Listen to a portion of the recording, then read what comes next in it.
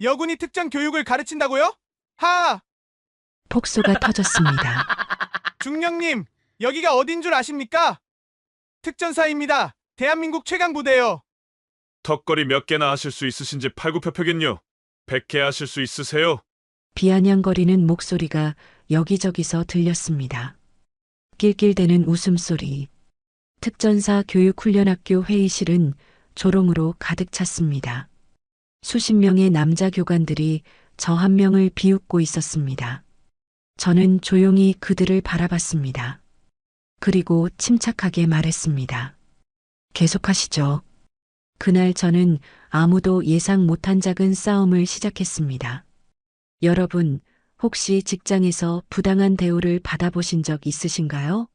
아니면 진실을 말하려 했지만 막혔던 경험이 있으신가요? 오늘 제가 들려드릴 이야기는 바로 그런 순간에 관한 것입니다. 지금 어디서 이 이야기를 들으시는지 댓글로 알려주세요. 그리고 이 영상이 도움이 되셨다면 좋아요와 구독 버튼도 꼭 눌러주시면 큰 힘이 됩니다. 그럼 시작하겠습니다. 저는 정윤서입니다.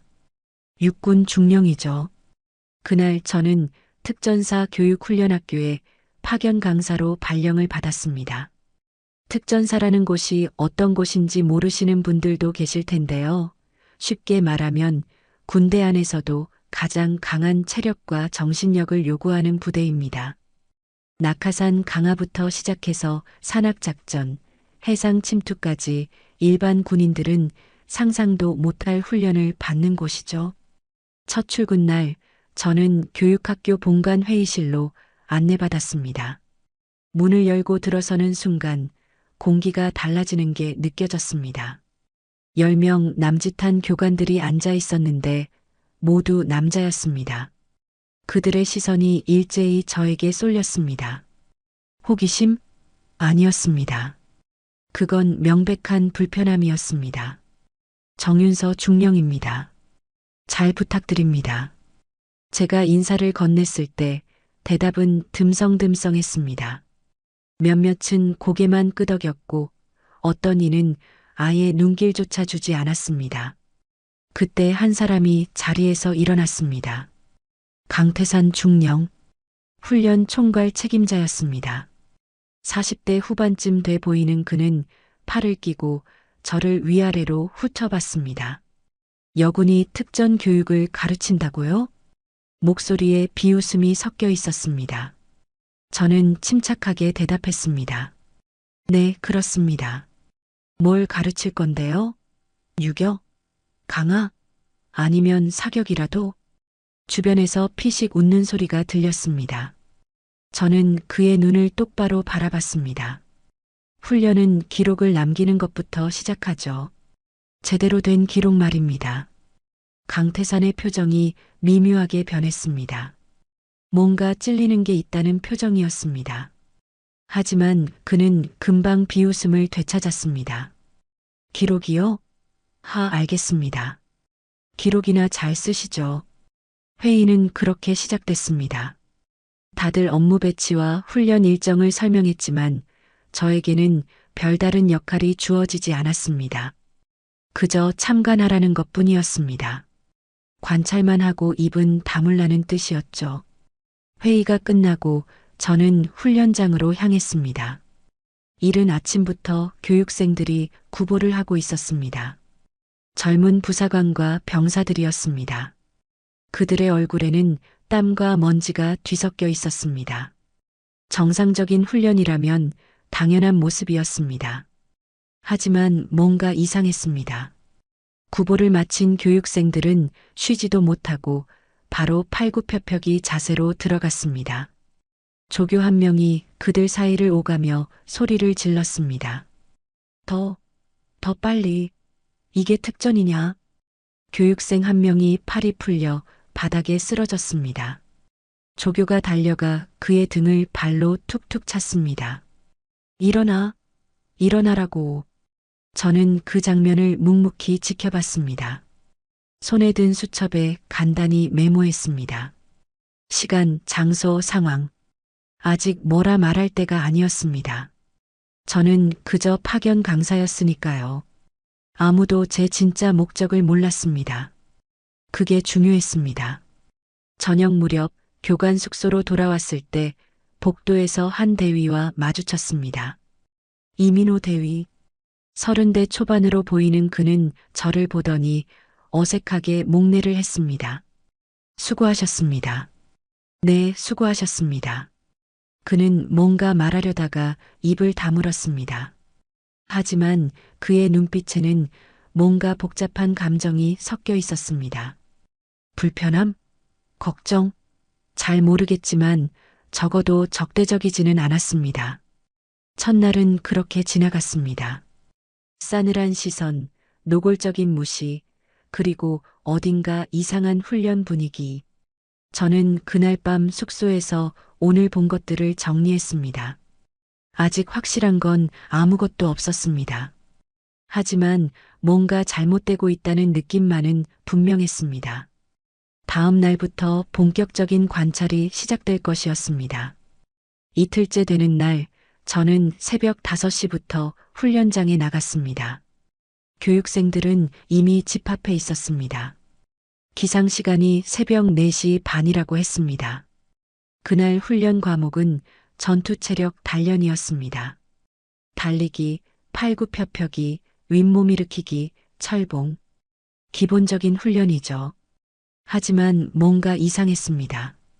휴식 시간이 거의 없었습니다. 한 과목이 끝나면 바로 다음 과목으로 넘어갔습니다. 쉬는 시간은 없습니까? 제가 옆에 서 있던 조교에게 물었습니다. 오준혁 상사. 30대 중반쯤 돼 보이는 그는 저를 힐끗 보더니 대답했습니다. 특전에 쉬는 시간이 어딨습니까? 적은 안 쉬는데요. 말은 그럴싸했습니다. 하지만 규정상 훈련 중에는 정해진 휴식 시간이 있어야 했습니다. 이건 명백히 규정 위반이었습니다. 저는 다시 수첩에 적었습니다. 오전 10시까지 단 한 번도 휴식 없이 훈련이 진행됐다고요. 점심시간이 되어 교육생들이 식당으로 이동했습니다. 저도 따라갔습니다. 배식을 받는 그들의 모습을 봤는데 몇몇은 손이 떨려서 쟁반을 제대로 잡지도 못했습니다. 한 교육생이 바닥에 국을 쏟았습니다. 순간 조교가 달려왔습니다. 정신이 어디 있어? 주워. 교육생은 바닥에 엎드려 쏟아진 국을 닦기 시작했습니다. 주변 교육생들은 아무도 돕지 못했습니다. 돕는 순간 자기도 같이 혼날 게 뻔했으니까요. 오후에는 교육학교 행정실로 갔습니다. 훈련 일지를 확인하기 위해서였습니다. 행정병이 서류를 건네줬습니다.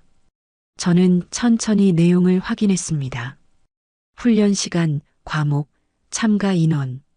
그런데 이상한 점이 보였습니다. 안전 통제 관련 기록이 대부분 누락돼 있었습니다. 훈련 전 안전 교육을 했는지, 안전 장비는 점검했는지, 비상 연락망은 작동하는지, 이런 기본적인 것들이 다 빠져 있었습니다. 이 기록들 정기적으로 감사받나요? 행정병이 난처한 표정을 지었습니다. 그게 교육총괄실에서 일괄적으로 관리해서 결국 제대로 된 감독이 없다는 뜻이었습니다. 강태산 중령이 모든 걸 통제하고 있었고 아무도 문제를 제기하지 않았던 거죠. 저는 복사본을 요청했습니다. 행정병은 주저하다가 결국 복사해줬습니다. 저녁 무렵 운동장에서 또 이상한 장면을 목격했습니다. 교육생 한 명이 철봉에 매달린 채 움직이지 않고 있었습니다. 팔은 이미 풀려서 축 늘어져 있었는데도 조교는 내려오라는 말을 하지 않았습니다. 버텨. 정신력이 없으면 특전 못해. 저는 더 이상 참을 수 없었습니다. 훈련장으로 걸어갔습니다. 이 정도면 충분하지 않습니까? 오준혁 상사가 고개를 돌렸습니다. 중령님, 훈련에 간섭하지 말라고 들으셨을 텐데요. 간섭이 아닙니다. 안전 문제입니다. 저 교육생, 근육이 완전히 풀렸습니다. 더 버티면 부상 위험이 있습니다. 특전은 원래 이렇습니다. 원래가 아니라 규정을 말씀드리는 겁니다. 잠깐 동안 팽팽한 공기가 흘렀습니다. 결국 오준혁 상사가 손을 흔들었습니다. 내려와. 교육생이 철봉에서 내려왔습니다.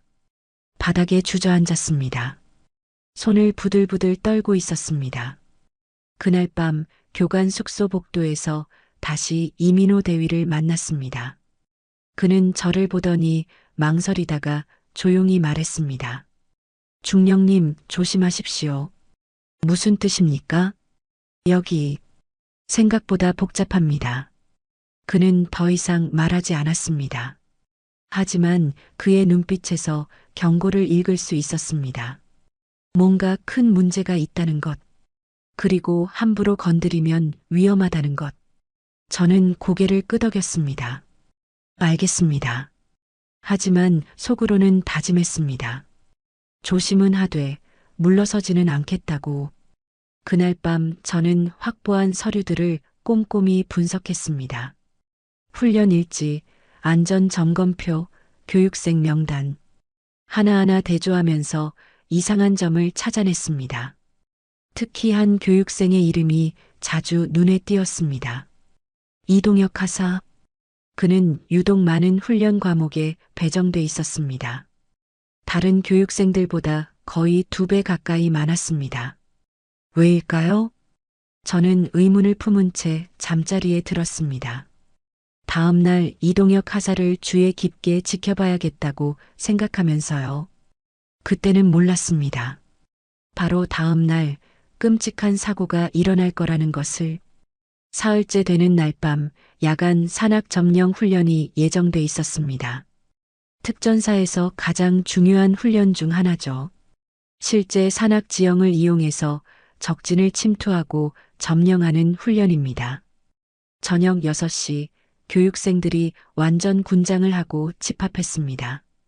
배낭에는 20kg이 넘는 장비가 들어 있었습니다. 헬멧, 야간 투시경, 무전기, 그리고 훈련용 소총까지. 해가 지고 어둠이 내렸습니다. 교육생들은 헤드랜턴을 켜고 산으로 들어갔습니다. 저도 뒤따라갔습니다. 교관 한 명과 함께 안전감독 임무를 맡았거든요.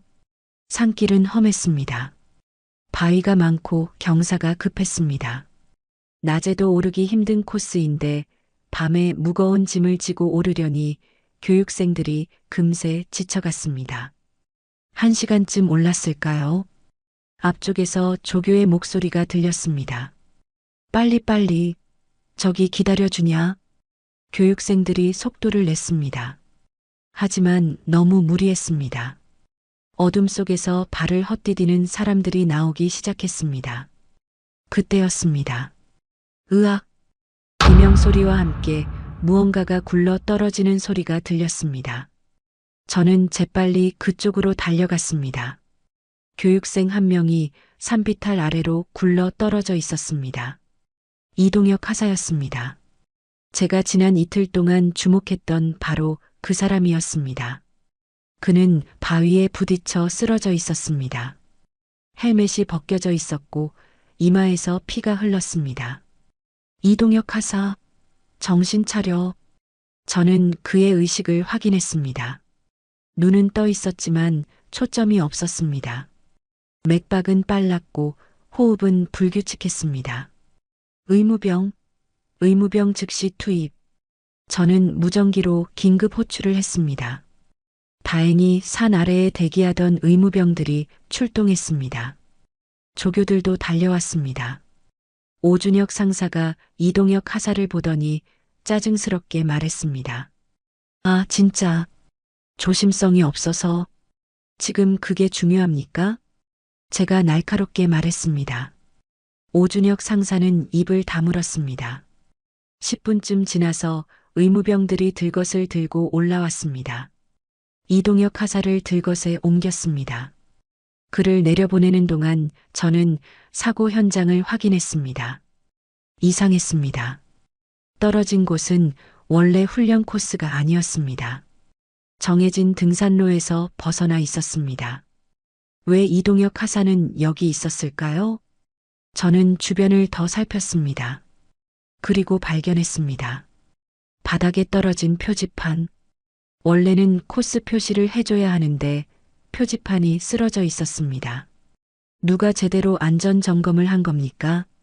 1시간 뒤 저는 산 아래 의무실로 내려왔습니다. 이동혁 하사는 침대에 누워 있었습니다. 의무병이 그의 상처를 치료하고 있었습니다. 상태가 어떻습니까? 이마 열상과 타박상이 있습니다. 다행히 골절은 없는 것 같습니다. 정밀 검사는 했습니까? 아직. 일단 응급 처치만 하고. 저는 고개를 저었습니다. 병원으로 후송하십시오. 머리를 다쳤으면 정밀 검사가 필수입니다. 하지만 교육 총괄실에서 제가 책임지겠습니다. 후송하십시오. 의무병이 난처한 표정을 지었지만 결국 고개를 끄덕였습니다. 이동혁 하사를 후송 차량에 태우려는 순간 그가 제 손을 잡았습니다. 힘없는 목소리로 말했습니다. 중령님, 괜찮습니다. 병원 가서 치료받으십시오. 제발 말하지 말아주세요. 저는 멈칫했습니다. 뭘 말하지 말라는 겁니까? 아무것도 말하지 말아주세요. 제발. 그의 눈에 두려움이 가득했습니다. 부상에 대한 두려움이 아니었습니다. 다른 무언가에 대한 두려움이었습니다. 차가 출발했습니다. 저는 그 자리에 서서 차가 사라지는 걸 지켜봤습니다. 뭘 그렇게 두려워하는 걸까요? 다음 날 아침 행정실에서 사고 보고서를 받았습니다. 단 한 줄. 야간 훈련 중 경미한 부상 발생. 자진해서 병원 방문. 경미한 부상? 자진해서? 말도 안 되는 내용이었습니다. 저는 직접 봤습니다. 그가 얼마나 심하게 다쳤는지. 의식이 흐려져 있었고 제대로 서지도 못했습니다. 그런데 보고서에는 경미한 부상이라고 쓰여 있었습니다. 저는 보고서를 다시 읽었습니다. 작성자는 오준혁 상사였습니다. 뭔가 은폐하고 있었습니다. 확실했습니다. 점심시간 식당에서 이민호 대위를 만났습니다. 그는 저를 보더니 조용히 다가왔습니다. 어젯밤 일 들었습니다. 네. 조심하십시오. 이런 일이 처음이 아닙니다. 처음이 아니라고요? 이민호 대위는 주변을 살피더니 낮은 목소리로 말했습니다. 작년에도 비슷한 사고가 있었습니다. 하지만 다들 쉬쉬했습니다. 문제 제기한 사람은 좌천됐습니다. 그제야 이해가 됐습니다. 왜 아무도 말하지 않는지, 왜 이동혁 하사가 그렇게 두려워했는지. 이곳은 조직적으로 문제를 은폐하고 있었던 겁니다. 저는 결심했습니다. 이제 본격적으로 조사를 시작해야겠다고. 그날 밤 저는 제 노트북을 켜고 파일을 정리하기 시작했습니다. 지난 며칠 동안 모은 모든 자료를 체계적으로 정리했습니다. 훈련 일지, 안전 점검 기록, 사고 보고서, 교육생 배치표, 모든 걸 대조하면서 이상한 점을 찾아냈습니다. 그리고 발견했습니다. 패턴을. 이동혁 하사는 지난 한 달 동안 가장 많은 훈련에 배정됐습니다. 휴식 시간도 가장 적었습니다. 그리고 가장 위험한 훈련에 반복적으로 투입됐습니다. 왜일까요? 왜 그를 집중적으로 괴롭힌 걸까요? 저는 더 깊이 파고들었습니다. 그리고 또 다른 사실을 발견했습니다. 이동혁 하사는 2달 전 훈련 중 안전규정 위반을 목격하고 보고했던 사람이었습니다. 보복이었습니다. 명백한 보복이었습니다. 저는 이를 악물었습니다. 이건 단순한 훈련 사고가 아니었습니다. 조직적인 가혹행위였습니다. 이제 확실한 증거가 필요했습니다. 다음 날부터 저는 본격적으로 움직이기 시작했습니다. 하지만 조용히, 눈에 띄지 않게. 새벽 4시 모두가 잠든 시간에 저는 사무실로 향했습니다. 행정실 열쇠는 이미 확보해뒀습니다. 합법적으로요. 저한테는 서류 열람 권한이 있었으니까요. 형광등을 켜지 않고 책상 램프만 켰습니다. 서류 캐비닛을 열었습니다. 지난 6개월치 훈련 일지가 빼곡히 쌓여 있었습니다. 하나하나 꺼내서 읽기 시작했습니다. 날짜별로, 교육생별로, 교관별로 분류했습니다. 패턴을 찾기 위해서였습니다. 2시간 동안 집중해서 읽었습니다. 그리고 발견했습니다. 이동혁 하사뿐만이 아니었습니다.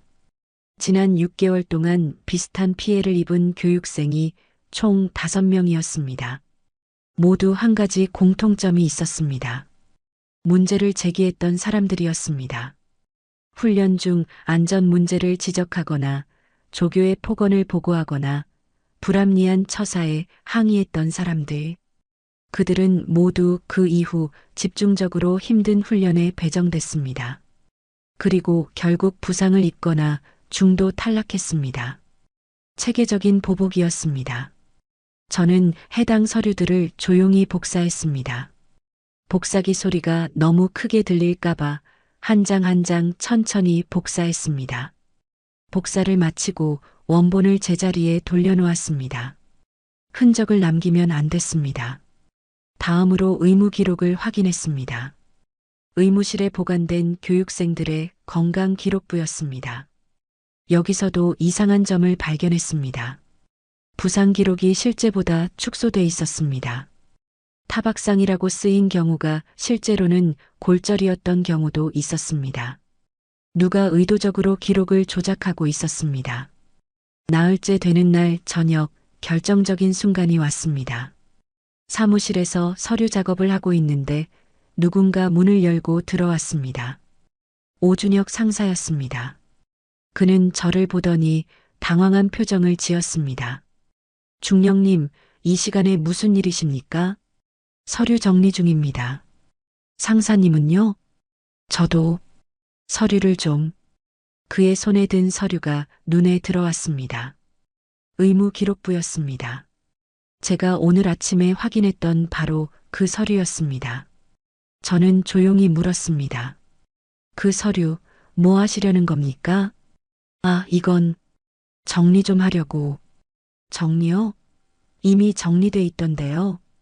오준혁 상사의 얼굴이 굳었습니다. 중령님, 이건 제 업무니까 수정하시려는 거죠? 침묵이 흘렀습니다. 저는 자리에서 일어났습니다. 그에게 천천히 다가갔습니다. 이동혁 하사 사고 보고서도 상사님이 작성하셨죠? 네. 왜 경미한 부상이라고 쓰셨습니까? 그는 머리를 다쳤고 의식이 흐려져 있었습니다. 그리고 지난 6개월 동안 부상당한 다른 교육생들 기록도 마찬가지입니다. 전부 축소돼 있습니다. 오준혁 상사가 뒤로 물러섰습니다. 중령님, 이건 누구 지시입니까? 그는 대답하지 않았습니다. 하지만 그의 시선이 잠깐 어디론가 향했습니다. 복도 저편, 강태산 중령의 사무실 방향이었습니다. 충분했습니다. 저는 낮은 목소리로 말했습니다. 상사님, 괜히 바다를 건드리는 게 아니라고 말씀하시려던 거죠? 오준혁 상사가 눈을 크게 떴습니다. 제가 그날 밤 그의 말을 들었다는 걸 깨달은 겁니다. 하지만 이미 건드렸습니다. 그리고 끝까지 갈 겁니다. 중령님, 후회하실 겁니다. 후회는 나중에 하죠. 저는 그를 지나쳐 사무실을 나왔습니다.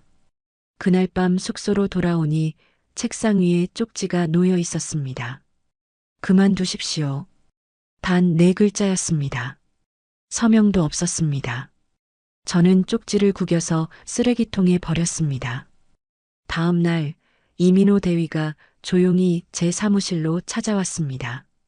중령님, 소문 들었습니다. 무슨 소문입니까? 중령님이 문제를 제기하시려 한다고. 저는 고개를 끄덕였습니다. 사실입니다. 이민호 대위가 한숨을 쉬었습니다. 위험합니다. 알고 있습니다. 아니, 정말 위험합니다. 강태산 중령은 군단장과 친합니다. 막강한 인맥이 있습니다. 중령님 혼자서는 저는 그의 말을 끊었습니다. 대위님, 저는 혼자가 아닙니다. 네. 저는 서랍에서 서류 한 장을 꺼냈습니다. 그리고 이민호 대위에게 보여줬습니다. 발령 명령서였습니다. 하지만 일반 발령 명령서가 아니었습니다. 육군 특수전사령부 707특수임무단 소속 평가관 이민호 대위의 얼굴이 창백해졌습니다. 이게 무슨... 저는 처음부터 평가관으로 파견된 겁니다. 파견 강사는 위장 신분이었습니다. 그럼, 네. 지난 일주일 동안 제가 한 모든 조사는 공식 임무였습니다. 이민호 대위가 자리에 주저앉았습니다. 중령님, 그럼 이제 본격적으로 시작할 겁니다. 저는 창밖을 바라봤습니다. 교육생들이 훈련장에서 구보를 하고 있었습니다. 더 이상 그들을 방치할 수 없었습니다. 이틀 뒤 정기교관 회의가 열렸습니다. 월말 보고를 하는 자리였습니다. 회의실에 교관들이 모두 모였습니다. 강태산 중령이 상석에 앉았습니다. 저는 구석자리에 조용히 앉아 있었습니다. 회의가 시작됐습니다. 각 교관들이 한 달간의 훈련 성과를 보고했습니다. 모두 좋은 얘기뿐이었습니다. 교육생들이 얼마나 열심히 했는지, 성과가 얼마나 좋았는지, 사고에 대한 언급은 없었습니다. 강태산 중령이 만족스러운 표정으로 고개를 끄덕였습니다. 좋습니다. 다들 수고 많으셨습니다. 이번 달도... 잠깐만요. 제가 손을 들었습니다. 모두의 시선이 저에게 쏠렸습니다. 강태산 중령이 짜증스러운 표정으로 물었습니다. 정중령, 무슨 일입니까? 보고가 빠진 게 있습니다. 뭐가 빠졌다는 겁니까?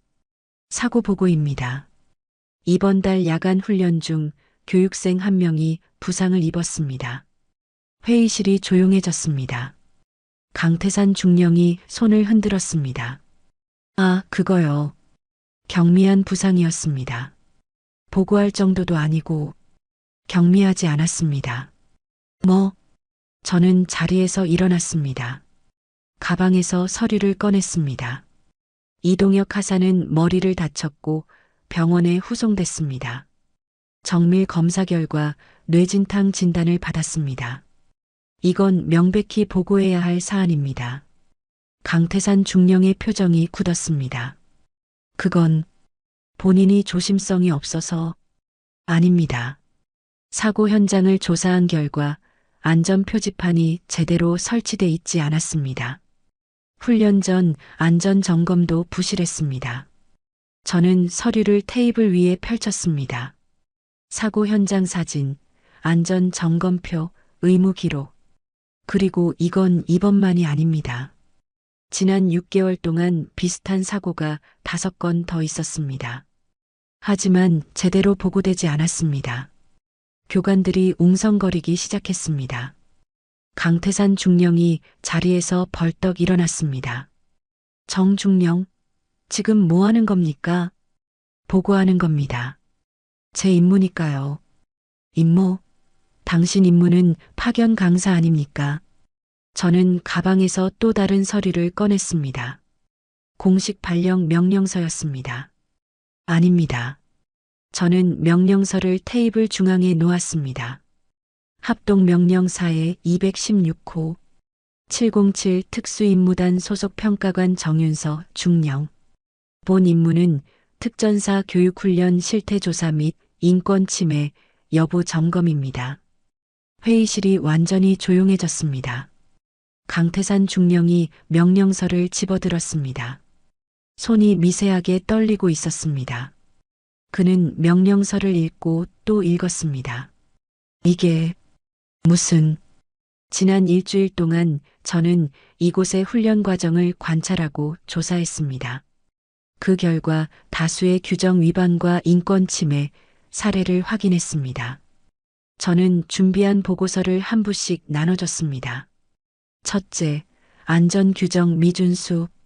훈련 전 안전점검이 형식적으로만 이뤄졌습니다. 둘째, 휴식시간 미보장. 교육생들에게 규정된 휴식시간이 제공되지 않았습니다. 셋째, 사고 은폐. 부상사고가 발생했음에도 제대로 보고되지 않았고 의무 기록이 조작됐습니다. 교관들이 보고서를 넘기며 읽기 시작했습니다. 저는 계속했습니다. 넷째, 보복성 훈련 배정. 문제를 제기한 교육생들에게 의도적으로 과도한 훈련이 부과됐습니다. 다섯째, 조교의 폭언 및 가혹행위. 교육과정에서 인격 모독적인 언행이 반복됐습니다. 강태산 중령의 얼굴이 사색이 됐습니다. 이건 음모입니다. 여군이 남자들 훈련에 끼어들어서 중령님, 제가 그의 말을 끊었습니다. 이건 성별의 문제가 아닙니다. 규정의 문제입니다. 그리고 인권의 문제입니다. 훈련은 원래 힘든 겁니다. 특전은 더 힘들어야 하고 힘든 것과 위험한 것은 다릅니다. 교육과 가혹행위는 다릅니다. 강태산 중령이 테이블을 쾅 쳤습니다. 당신이 뭘 안다고. 여자가 무슨. 중령님, 저는 그의 눈을 똑바로 바라봤습니다. 저는 707에서 10년을 복무했습니다. 저도 특전 출신입니다. 훈련이 얼마나 힘든지 압니다. 하지만 그게 규정 위반을 정당화하지는 못합니다. 회의실이 다시 조용해졌습니다. 저는 마지막 서류를 꺼냈습니다. 이 조사 결과는 이미 707 본부와 특전사령부에 보고됐습니다. 일주일 내로 공식 감사가 시작될 것입니다. 강태산 중령이 의자에 털썩 주저앉았습니다. 저는 가방을 챙겨 들고 회의실을 나왔습니다. 복도로 나오니 이민호 대위가 기다리고 있었습니다. 그는 복잡한 표정으로 말했습니다. 중령님, 이제 어떻게 되는 겁니까? 감사가 진행될 겁니다. 그리고 책임자들이 처벌받을 겁니다. 강태산 중령은 본인이 한 일에 대해 책임지게 될 겁니다. 저는 창밖을 바라봤습니다. 교육생들이 여전히 훈련을 하고 있었습니다. 이제 그들이 제대로 된 교육을 받을 수 있을 것입니다. 정체가 드러난 뒤 분위기가 확 달라졌습니다. 다음 날 아침 교육생 숙소 앞에서 이상한 장면을 목격했습니다. 오준혁 상사와 다른 조교 2명이 이동혁 하사를 구석으로 몰아넣고 있었습니다. 저는 재빨리 그쪽으로 다가갔습니다. 하지만 들키지 않게 벽 뒤에 숨어서 대화를 들었습니다. 하사, 잘 생각해. 내가 뭐라고 진술하느냐에 따라서 내 군 생활이 달라진다고. 오준혁 상사의 목소리였습니다. 저는 그냥 사고였다고 해. 알겠어?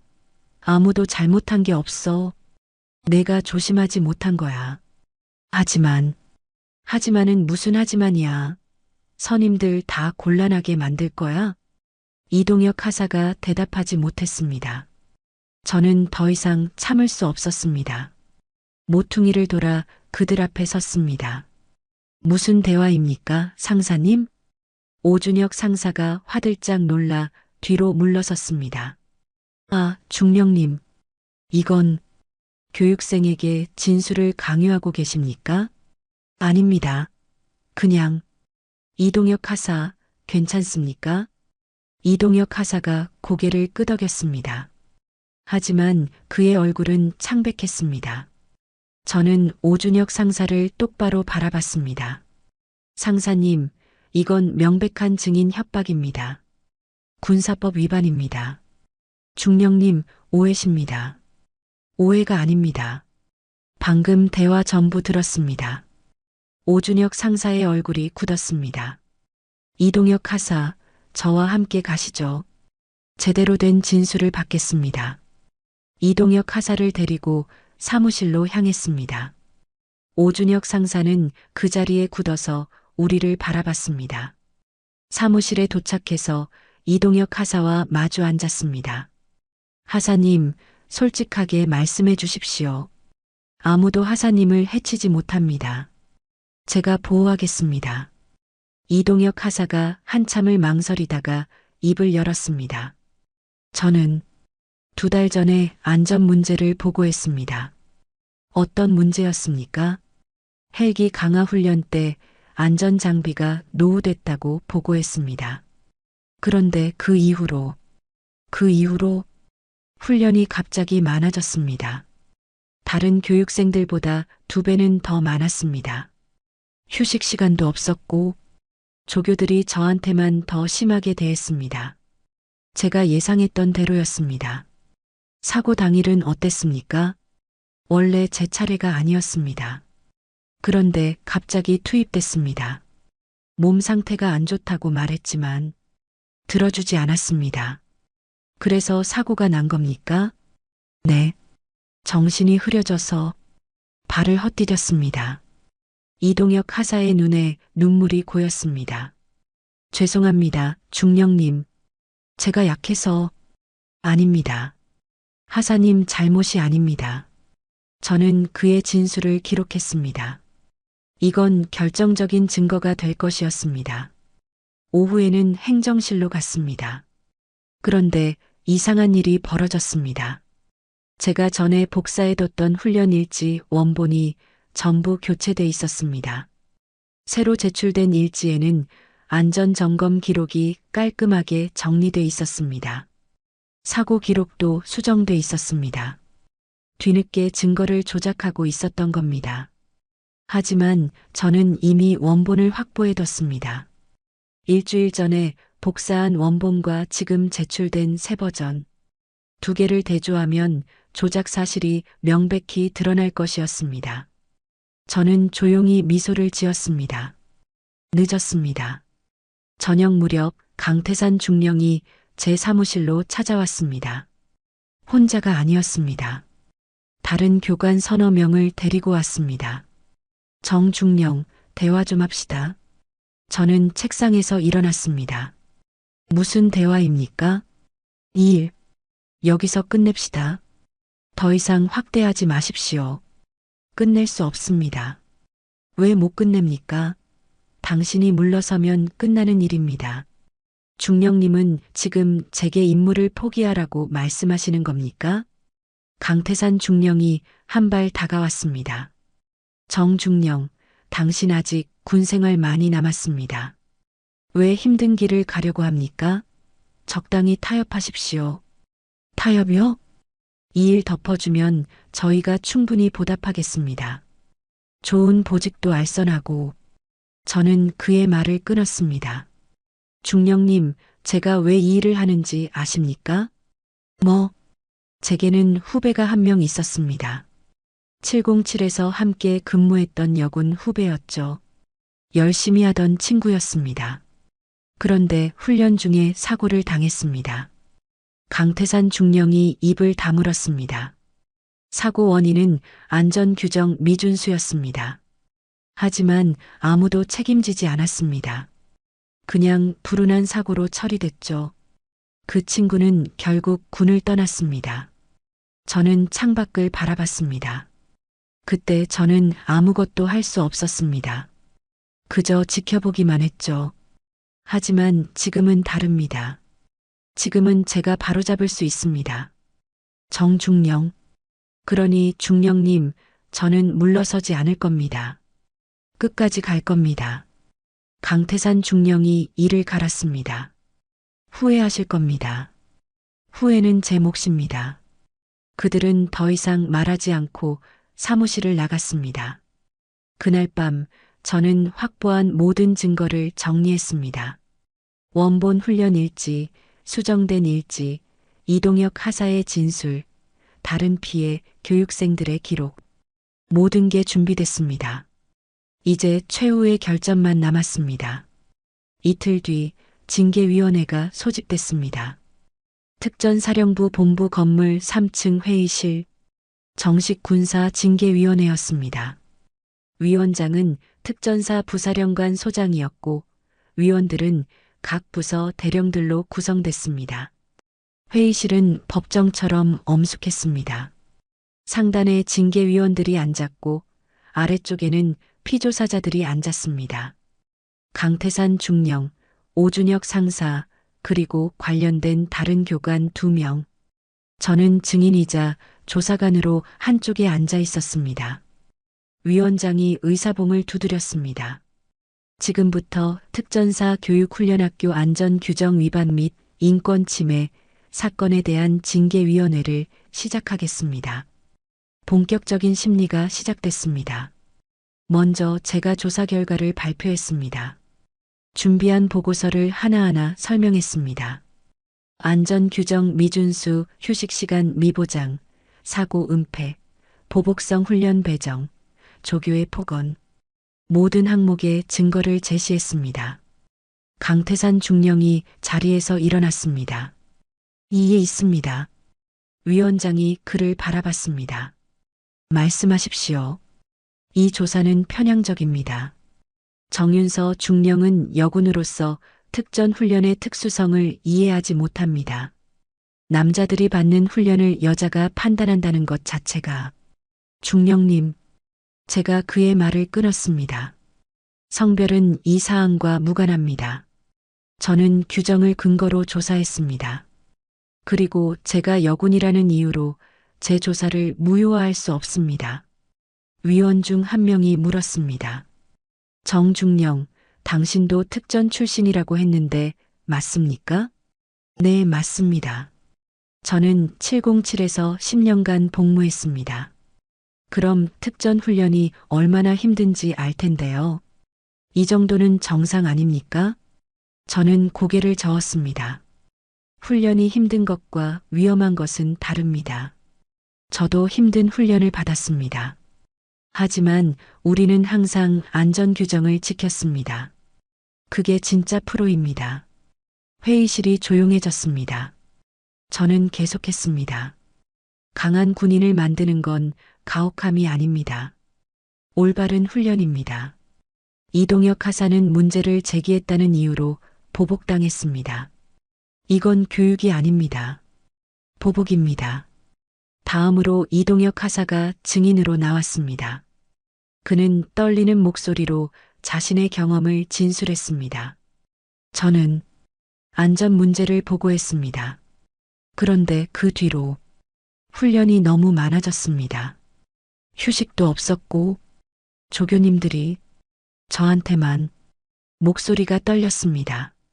하지만 그는 끝까지 말했습니다. 사고 당일 제 차례가 아니었습니다. 하지만 강제로 투입됐습니다. 몸 상태가 안 좋다고 말했지만 아무도 들어주지 않았습니다. 강태산 중령이 벌떡 일어났습니다. 거짓말입니다. 그건 내가 약해서. 앉으십시오. 위원장이 강하게 말했습니다. 강태산 중령이 떨떠름하게 자리에 앉았습니다.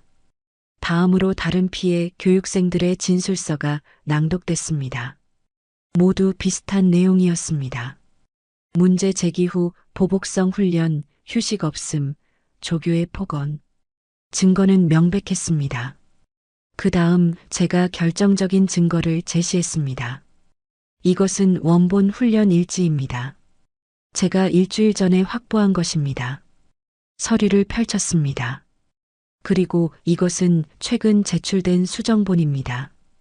두 서류를 나란히 놓았습니다. 보시면 알 수 있습니다. 안전점검 기록이 나중에 추가됐습니다. 사고보고 내용도 수정됐습니다. 이것은 명백한 증거 조작입니다. 위원들이 서류를 꼼꼼히 검토했습니다. 한 위원이 오준혁 상사에게 물었습니다. 상사, 이 수정은 당신이 한 겁니까?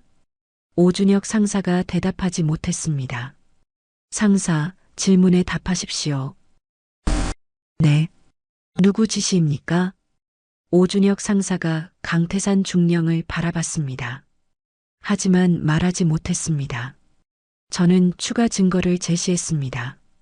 이것은 제가 녹취한 대화입니다. 오준혁 상사가 이동혁 하사에게 진술을 강요하는 내용입니다. 녹음 파일을 재생했습니다. 오준혁 상사의 목소리가 회의실에 울려 퍼졌습니다. 내가 뭐라고 진술하느냐에 따라서 내 군 생활이 달라진다고. 회의실이 술렁였습니다. 강태산 중령이 자리에서 일어났습니다. 이건 음모입니다. 여군이 남자들 훈련에 끼어들어서 이렇게. 중령님, 제가 그의 말을 끊었습니다. 여군이라서가 아닙니다.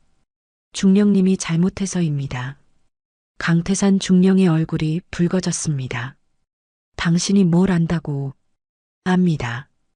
왜냐하면 저도 겪었으니까요. 저는 천천히 말했습니다. 저도 부당한 대우를 받았습니다. 여자라는 이유로 무시당했습니다. 하지만 그게 규정 위반을 정당화하지는 못합니다.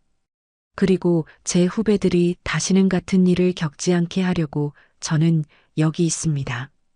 회의실이 조용해졌습니다. 위원장이 의사봉을 두드렸습니다. 충분합니다. 이제 평의에 들어가겠습니다. 위원들이 따로 모여 논의했습니다. 30분 정도 지났을까요? 위원들이 다시 자리로 돌아왔습니다. 위원장이 판결문을 읽기 시작했습니다. 특전사 교육훈련학교 강태산 중령, 안전규정 미준수 사고 은폐, 부하관리 소홀, 허위보고, 유죄, 보직 해임 및 징계 절차 회부. 강태산 중령이 얼굴이 창백해졌습니다. 오준혁 상사, 가혹행위, 증거 조작, 증인 협박, 유죄, 구속 및 중징계. 오준혁 상사가 고개를 떨어뜨렸습니다. 관련 교관들, 묵인 및 방조, 경징계. 위원장이 의사봉을 마지막으로 두드렸습니다. 이상 결정합니다. 끝났습니다. 징계위원회가 끝나고 저는 회의실을 나왔습니다. 복도에서 강태산 중령이 저를 기다리고 있었습니다. 그는 패배한 표정으로 서 있었습니다. 저는 그냥 지나치려 했습니다. 하지만 그가 제 앞을 막았습니다. 만족하십니까? 저는 멈춰 섰습니다. 만족이 아닙니다. 이건 제 임무였습니다. 내 군 생활은 이제 끝났습니다. 당신 때문에. 아닙니다. 중령님 자신 때문입니다. 강태산 중령이 주먹을 불끈 쥐었습니다. 여자가 무슨. 저는 조용히 그의 눈을 바라봤습니다. 그리고 일주일 전 그가 저에게 했던 말을 그대로 돌려줬습니다. 중령님, 누가 여자를 교육시키지 말라고 했습니까? 강태산 중령이 입을 다물었습니다. 더 이상 아무 말도 하지 못했습니다. 저는 그를 지나쳐 복도를 걸어갔습니다. 이틀 뒤 새로운 교육대장이 부임했습니다. 정의로운 사람으로 소문난 대령이었습니다. 그리고 이민호 대위가 교육개혁 책임자로 임명됐습니다. 교육학교는 빠르게 변하기 시작했습니다. 안전규정이 철저히 지켜졌습니다. 훈련 전 안전교육이 의무화됐습니다. 교육생들의 휴식 시간이 보장됐습니다.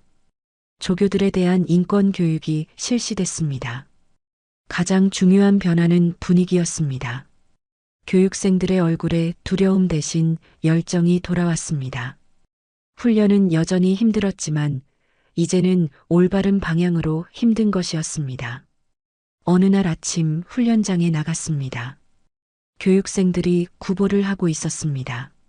하지만 예전과 달랐습니다. 그들의 눈빛이 달랐습니다. 살아 있었습니다. 한 교육생이 구보를 마치고 쓰러졌습니다. 조교가 달려갔습니다. 하지만 예전처럼 소리를 지르지 않았습니다. 괜찮아? 좀 쉬었다가 해. 교육생이 고개를 저었습니다. 아닙니다. 할 수 있습니다. 그리고 다시 일어나 뛰기 시작했습니다. 저는 그 모습을 보며 미소를 지었습니다. 이게 진짜 특전이었습니다. 강요가 아니라 자발적인 열정, 두려움이 아니라 자부심. 일주일 뒤 저는 707로 복귀 명령을 받았습니다. 임무가 끝난 것이었습니다. 떠나는 날 아침 교육생들이 운동장에 정렬했습니다. 작별 인사를 하기 위해서였습니다. 이민호 대위가 저에게 다가왔습니다. 중령님, 정말 감사합니다. 아닙니다. 당연한 일을 했을 뿐입니다. 덕분에 많은 게 바뀌었습니다. 아니, 제대로 돌아왔습니다. 저는 고개를 끄덕였습니다. 대위님, 부탁 하나 하겠습니다. 말씀하십시오. 이 변화를 계속 지켜주십시오. 다시는 예전으로 돌아가지 않게 약속하겠습니다. 이민호 대위가 경례를 올렸습니다. 저도 받아 올렸습니다. 교육생들 앞으로 걸어갔습니다. 그들이 일제히 차려 자세를 취했습니다. 교육생 여러분, 제가 말했습니다. 여러분은 대한민국 최고의 전사가 될 사람들입니다. 하지만 기억하십시오. 진짜 강함은 힘에서 나오는 게 아닙니다. 올바름에서 나옵니다. 교육생들이 똑바로 저를 바라봤습니다. 부당한 일을 보면 말하십시오. 잘못된 걸 보면 바로잡으십시오. 그게 진짜 용기입니다. 저는 잠시 멈췄다가 덧붙였습니다. 여러분의 앞날을 응원합니다. 그림 8-3. 교육생들이 일제히 거수 경례를 올렸습니다. 고생하셨습니다. 그들의 목소리가 운동장에 울려 퍼졌습니다. 저도 경례로 답했습니다. 그리고 돌아서서 걸어갔습니다. 차에 올라타려는데 누군가 달려왔습니다. 이동혁 하사였습니다. 중령님, 하사님, 무슨 일입니까? 감사합니다. 정말 감사합니다. 그의 눈에 눈물이 고여 있었습니다. 덕분에 제가 다시 훈련을 받을 수 있게 됐습니다. 제대로 된 훈련을요. 저는 그의 어깨를 가볍게 두드렸습니다. 잘하실 겁니다. 응원하겠습니다. 꼭 특전 배지 달고 중령님 찾아뵙겠습니다. 기다리겠습니다. 차가 출발했습니다. 백미러로 뒤를 돌아봤습니다. 교육생들이 여전히 경례를 올리고 있었습니다. 저는 앞을 바라봤습니다. 일주일 전 이곳에 처음 왔을 때를 떠올렸습니다. 차가운 시선, 노골적인 무시, 그리고 싸늘한 분위기. 하지만 지금은 달랐습니다. 변화는 가능했습니다. 한 사람이 시작하면 그 파장은 퍼져나갔습니다. 창밖으로 특전사 교육학교 건물이 점점 멀어졌습니다. 저는 조용히 중얼거렸습니다. 훈련은 기록으로 남고 사람은 마음에 남는다. 그 두 가지를 지키는 데에는 훈장이 필요하지 않다. 차는 계속 달렸습니다. 새로운 임무가 저를 기다리고 있었습니다. 하지만 이번 임무는 절대 잊지 못할 것입니다. 여러분, 오늘 이야기는 여기서 마치겠습니다. 혹시 여러분도 직장이나 조직에서 부당한 일을 목격하신 적 있으신가요? 용기 내서 말씀하셨나요? 아니면 참으셨나요? 정답은 없습니다. 각자의 상황이 다르니까요. 하지만 기억하십시오. 변화는 누군가 시작해야 일어납니다. 그리고 그 시작은 생각보다 작은 용기에서 출발합니다. 오늘 이야기가 여러분께 작은 용기라도 드렸기를 바랍니다. 긴 이야기 끝까지 들어주셔서 감사합니다. 좋아요와 구독 부탁드리고요. 다음에 더 좋은 이야기로 찾아뵙겠습니다. 여러분, 오늘도 좋은 하루 보내세요.